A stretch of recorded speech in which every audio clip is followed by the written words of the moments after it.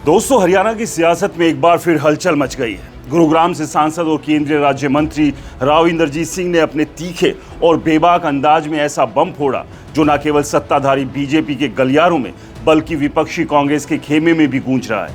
एक निजी पॉडकास्ट में राव ने दिल खोलकर अपनी बात रखी और हरियाणा की राजनीति के कई काले सच उजागर किए। उनकी बातें सुनकर साफ है कि सत्ता का खेल उतना सीधा नहीं जितना दिखता है।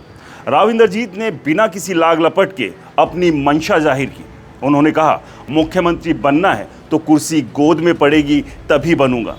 ये बयान न केवल उनकी महत्वाकांक्षा को दर्शाता है बल्कि बीजेपी के भीतर चल रही खींचतान को भी उजागर करता है। राव इंद्रजीत ने खुद को हरियाणा का सबसे बड़ा जनाधार वाला नेता बताते हुए दावा ठोका कि जनता का समर्थन उनके साथ है। लेकिन सवाल ये है, क्या बीजेपी हाईकमान उनकी इस दावेदारी को गंभीरता से लेगा? राव इंद्रजीत ने मौजूदा मुख्यमंत्री नायब सिंह सैनी पर भी तंज कसा। उन्होंने खुलासा किया कि भले ही सैनी मुख्यमंत्री की कुर्सी पर विराजमान हो, लेकिन असल सत्ता अभी भी पूर्व मुख्यमंत्री मनोहर लाल खट्टर के समय के बाबुओं के हाथ में है। राव इंद्रजीत का यह बयान सीधे तौर पर हरियाणा की नौकरशाही और सियासत के बीच के गठजोड़ को उजागर करता है। उन्होंने साफ कहा कि मुख्यमंत्री कार्यालय में पुराने बाबुओं का दबदबा अभी भी कायम है, जो सैनी के लिए चुनौती बन सकता है। राव इंद्रजीत ने पूर्व मुख्यमंत्री मनोहर लाल खट्टर की तारीफ तो की, लेकिन साथ ही उनकी कमी भी उजागर की।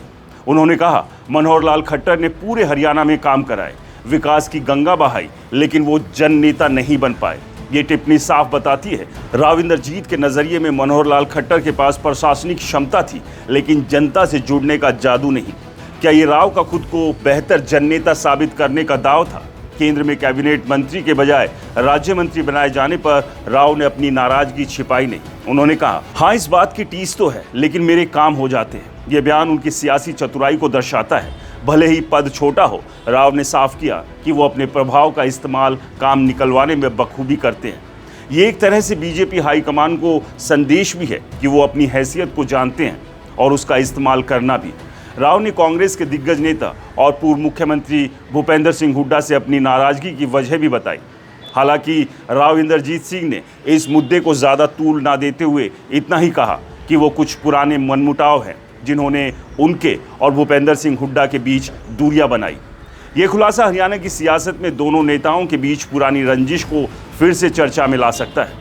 राव इंद्रजीत सिंह का ये बयान हरियाणा की राजनीति में नए समीकरण बना सकता है। दोस्तों, बीजेपी हाईकमान उनकी महत्वाकांक्षा को गंभीरता से लेगा। क्या सैनी के नेतृत्व पर राव का तंज पार्टी के भीतर नई खींचतान को जन्म देगा? और क्या हुड्डा के साथ उनकी पुरानी रंजिश विपक्ष को नया हथियार देगी? ये सवाल हरियाणा की सियासत को आने वाले दिनों में और रोचक बनाने वाले हैं।